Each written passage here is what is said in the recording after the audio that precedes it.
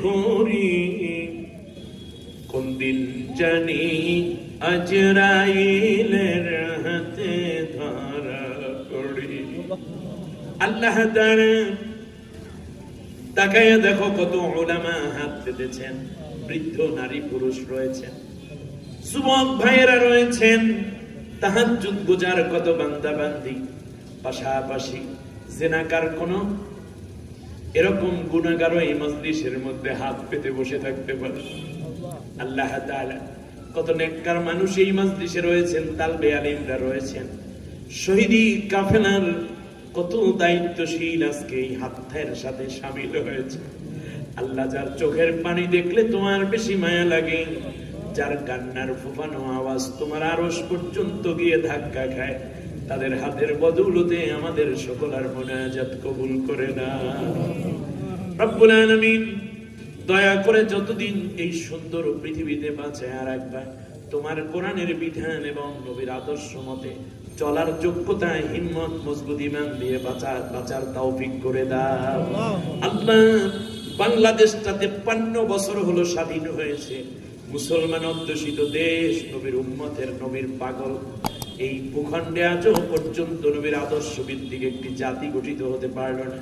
আল্লাহ, তোর কাছে দোয়া করি আগামী পার্লামেন্ট তোমার কোরআনের পার্লামেন্ট, নবীর আদর্শ ভিত্তিক দল এবং জাতির লোক দ্বারা যেন পরিচালিত হতে পারে, সে তৌফিক নসিব করে দাও আল্লাহ তাআলা। আমাদেরকে এই বৃহৎ শহীদি কাফেলায় শামিল থেকে আল্লাহ তোমার দিন বিজয়ে অংশগ্রহণ করে সৌভাগ্য অর্জনের তৌফিক করে দাও রব্বুল আলামিন। যা কিছু সমাপ দিয়েছো, দীর্ঘ আলোচনা, তিলাওয়াত, দান, অনুদান, জিকির, আজকার, দুরূদ ও সালামের মধ্যে সওয়াবগুলো কোটি কোটি গুণ বাড়াইয়া বিশ্বনবী মুহাম্মদুর রাসূলুল্লাহ সাল্লাল্লাহু আলাইহি ওয়াসাল্লামের রওজা মুবারকে পৌঁছে দাও আল্লাহ। একটা দোয়া করি, নবীর রওজার কথা শুনে যারা আমিন বলে উঠল, নবীর মায়ায় যাদের চোখ দিয়ে পানি ঝরে, জীবনে একটা বারের জন্য হলেও তোমার ঘর আর নবীজির রওজা জিয়ারত না করাইয়া কাফনের কাপড় পরাইও না আল্লাহ তাআলা। তামাম দুনিয়ার মাটির নিচে যত মুমিন, মুমিনা, শহীদান, সিদ্দিকিন, সালিহিন, আম্বিয়া আলাইহিস সালাম, উলামায়ে কেরাম, হুফাজে আযম সহ উন্নত ঈমান নিয়ে যারা কবরবাসী, সকলের কবরে হাদিয়া পৌঁছে দাও আল্লাহ তাআলা। এই সুন্দর মাহফিলের আয়োজন যারা করলেন, টাকা পয়সা, বুদ্ধি, পরামর্শ, পরিশ্রম দিলেন, বলতে এবং শুনতে আমরা যারা এসেছি, জানি না কার মা জননী দুনিয়ার থেকে জন্মের বিদায় হয়ে গেল। সন্তানের আনন্দের দিনে, প্রাপ্তির দিনে মা সবচেয়ে বেশি খুশি হন। এমন একটা সময় ছিল টাকা পয়সা কিচ্ছু ছিল না, আজকে বাড়ি হলো, গাড়ি হলো, বিল্ডিং হলো, কিন্তু ঘরে মা নেই।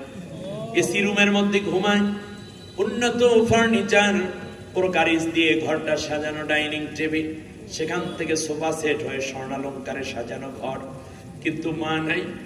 দরিদ্র অবস্থায় যার মা বিদায় হয়ে গেল, চিকিৎসাটাও ঠিক মতো করাতে পারেনি। আল্লাহ এমন কষ্ট দিয়ে যেই মায়েরা বিদায় হয়ে গেলেন, আমাদের চোখের পানির বরকতে মায়ের কবরগুলোকে জান্নাতের টুকরা বানাইয়া দাও। বাবাকে যারা হারিয়ে ফেলেছি, মাথার ঘাম পায়ে ফেলে রক্ত পানি করা টাকা দিয়ে আমাদেরকে মানুষ করতে বাবা ছিলেন পাগল পাড়া। আল্লাহ তাআলা সুখের দিনে কত মানুষ তার বাবাকে কত কিছু দেয়। আমাদের কপালটা এতই খারাপ হয়ে গেল, কত ঈদ আসে বাবাকে আর নতুন জামা দিতে পারলাম না, নতুন কাপড় দিতে পারলাম না। কত মানুষ তার বাবার হাত ধরে যায়, নামাজ কাঁধে নিয়ে চলে যায় ঈদগাহে, জুমার মসজিদে। এই দৃশ্যগুলো যার জীবনে কোনোদিন আর ফিরে আসবে না, দয়া করে আল্লাহ তোর কাছে ফরিয়াদ করি, ওই বাবাকে তুমি কবরে গুনাহগার বলে ডাক দিয়ে শরম দিও না, বাবাকে জান্নাতবাসী করে দিও আল্লাহ তাআলা। কবরটাকে জান্নাতের টুকরা বানায়া দিও মাবুদ রে। আমাদের সন্তানগুলোকে দিনদার, ইমানদার বানায়া দাও, কোরআনের কর্মী বানায়া দাও, মারদে মুজাহিদ বানায়া দাও। তোমার কোরআনের পথে চলতে গিয়ে তারা যেন গাজী হতে পারে কিংবা শহীদ হতে পারে, সে সুযোগ করে দিও। রব্বিরহামহুমা কামা রাব্বায়ানি সগীরা। মা বাবা যাদের বেঁচে আছেন, নেক হায়াত বাড়াইয়া দাও, খেদমত করে রহমত লাভের তৌফিক দাও। যাদের বাবা মা একজন কিংবা উভয় অসুস্থ, আল্লাহ তুমি শিফায়ে আজেলা দান করে দাও। নারীরা হাত পেতেছেন, আল্লাহ তাআলা আজকে এই দ্বিতীয় স্বাধীনতা আন্দোলনে কত মেয়েরা সামিল হয়েছে, জীবনের ঝুঁকি নিয়েছে, কলিজার টুকরা ছোট্ট শিশুকে ঘরে রেখে ময়দানে হাজির হয়ে গেছিল।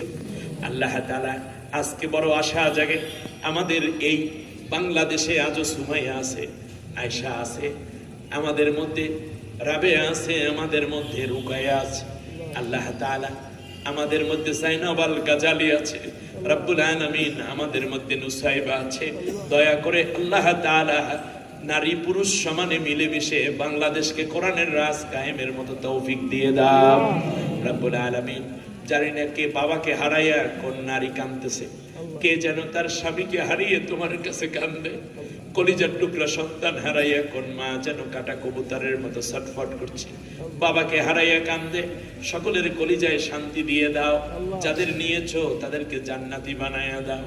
আল্লাহ তাআলা যুদ্ধে স্বাধীনতা সংগ্রামে 24 যারাই ইন্তেকাল হলেন জালেমের বুলেটের আঘাতে, অত্যাচার, কতজন চোখ হারালো, পা হারালো, কত বেহুশ হয়ে আইসিইউতে কাতরাচ্ছে, কত বুলেট বহন করে চোখের মধ্যে, গলার মধ্যে, পিঠের মধ্যে, পায়ের মধ্যে গুলিবিদ্ধ হয়ে পড়ে আছে।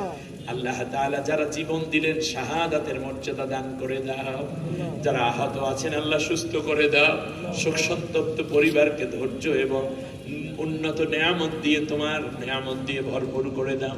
আল্লাহ তাআলা যাদের নিয়ামত দিয়েছো আরো বেশি বড় ভালো নিয়ামত দিয়ে আমাদেরকে সমৃদ্ধ করে দাও। বাংলাদেশ নিয়ে যারা ষড়যন্ত্র করে আল্লাহ তুমি ওদের চেহারা আমাদেরকে চিনাইয়া দাও। আল্লাহ তাআলা তাদেরকে তুমি নস্যাৎ করে দাও। বাংলাদেশকে কোরআনের দেশ হিসেবে কায়েম করার জন্য শহীদি কাফেলাকে তুমি কবুল করে নাও। নেতৃবৃন্দের মেধা, যোগ্যতা, নেতৃত্ব তুমি আরো বাড়াইয়া দাও। আল্লাহ তাআলা উদার মনে যেন সবাই মিলে কোরআনের পথে চলতে পারি তৌফিক নসিব করে দাও। কিয়ামত পর্যন্ত সিরাত মাহফিলকে তুমি কায়েম দায়েম করে দাও। কিয়ামতের দিন নাজাতের ওসিলা হিসেবে এই মাহফিলকে আমাদের জন্য যথেষ্ট করে দিও। যে কথাগুলো বলা হলো আমি সহ সকলকে আমল করার তৌফিক দিয়ে দাও। নারীদের দৈনিক 5 ওয়াক্ত নামাজ, রমজানের রোজা, স্বামীর খেদমত, পর্দাপশিদা মতো চলা, ইসলামী আন্দোলনে শামিল হওয়া, এই 5টা কাজের মাধ্যমে নবীর জিম্মায় জান্নাতি হওয়ার তৌফিক করে দাও। মরণ যেদিন আসবে কোরআনের কথা বলছি, কোরআনের পথে চলছি, এমন অবস্থায় শাহাদাতের মাউত নসিব করে দিও। আল্লাহ খুব মনে পড়ে গেল আল্লামা সাঈদ সাহেবের কথা, আব্দুল কাদের মোল্লার কথা, কত সরল মানুষ ছিলেন।